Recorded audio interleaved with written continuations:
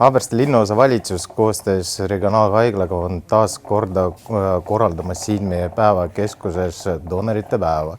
See on suurepärane võimalus meie inimestel niinimetatud kodu lähedal tulla ja loovutada verd.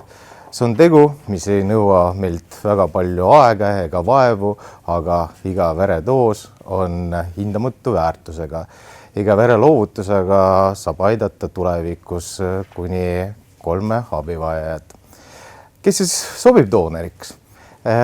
Inimene, kes on täiskasvanud vanusega 18 kuni 65, kelle kehakaal on rohkem kui 50 kilogrammi ja kes on söönud, terve ja puhanud. See protseduur võtab keskmiselt 45 kuni 60 minutit aega ja kaasa tuleb võtta isikut tõendava dokumenti. See ei ole esimene doonoripäev siin meie päevakeskuses ja ma kutsun kõik üles, et tulge siia meie päevakeskusesse selleks, et verd loovutada. Teeme koos head. Täna kogume verd Haabersti päevakeskuses. Haiglate patsiendid vajavad doonoriverd iga päev.